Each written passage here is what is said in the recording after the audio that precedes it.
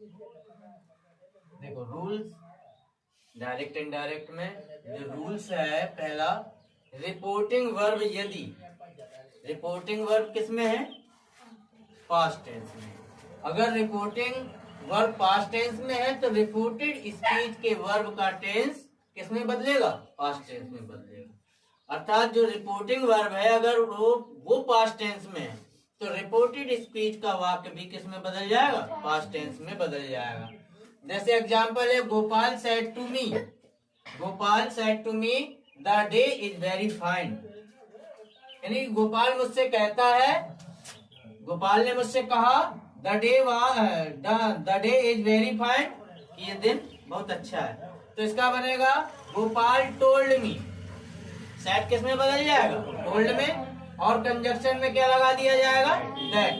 The day was very fine, ठीक है ना। इसकी जगह क्या हो जाएगा? वाज हो जाएगा। और इसमें पहला नियम है असर्टिव सेंटेंस में कोई साधारण वाक्य अगर असर्टिव सेंटेंस में इनडायरेक्ट स्पीच बनाते समय रिपोर्टिंग स्पीच के बाद कंजक्शन दैट लगाया जाता है।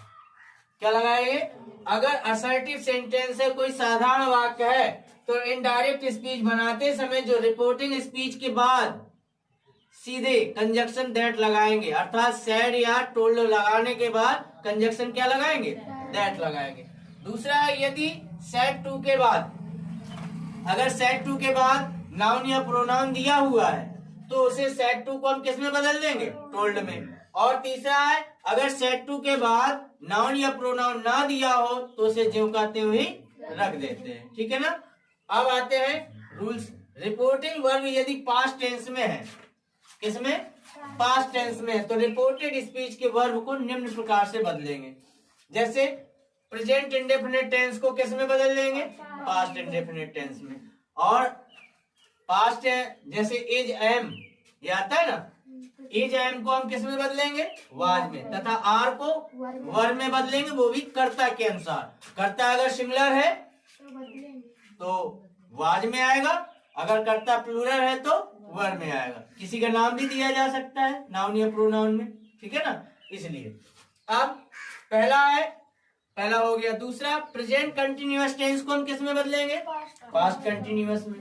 प्रेजेंट कंटिन्यूअस में हमारा क्या आता है? इज, आर आता है, एम आता है, तो इज को वाज में, एम को वाज में और आर को वर्ब में बदल देंगे। अब प्रेजेंट परफेक्ट टेंस को हम पास्ट परफेक्ट टेंस में बदलेंगे। पास्ट परफेक्ट टेंस में क्या क्या आता है? हैज को हम हैड में बदल देंगे, ठीक। प्रेजेंट परफेक्ट टेंस में हैज या हैव ही आता है, लेकिन अगर हैज हैव आता है तो उसे हम किस में बदल देंगे? हैड में चेंज कर देंगे। और प्रेजेंट परफेक्ट कंटिन्यूअस को पास्ट परफेक्ट कंटिन्यूअस टेंस में, और इसमें क्या हैज बीन या हैड बीन होगा तो उसे किस में बदल देंगे? हैड बीन में, ठीक है ना। अब आता है पास्ट इंडेफिनिट टेंस को हम बदलेंगे पास्ट परफेक्ट टेंस में। पास्ट इंडेफिनिट को हम पास्ट परफेक्ट टेंस में बदलेंगे और इसमें क्या आता है? डिड। डिड होता है या सेकेंड फॉर्म होती है तो उसमें हम क्या लगाएंगे? हैड, ठीक। और यदि लास्ट है पास्ट कंटिन्यूअस टेंस को हम पास्ट परफेक्ट कंटिन्यूअस टेंस में बदलेंगे। पास्ट में क्या आता है? वाज वर आता है ना। पास्ट कंटिन्यूअस टेंस होगा तो वाज वर होगा, तो उसे हम किस में बदल देंगे? हैड बीन में बदल देंगे, ठीक। अब आपका फ्यूचर टेंस में शैल और विल को, फ्यूचर टेंस में कुछ नहीं बदला जाता। फ्यूचर टेंस में शैल और विल को शुड और वुड में बदल देंगे, ठीक है ना। और किसको? मे को माइट में बदलेंगे, कैन को कुड में बदलेंगे, लेकिन मस्ट, शुड और कुड जैसा है वो वैसा ही रहेगा। अब रह गया कौन? Past perfect tense, past perfect continuous tense, ये बिल्कुल चेंज नहीं होते, ठीक। क्लियर है?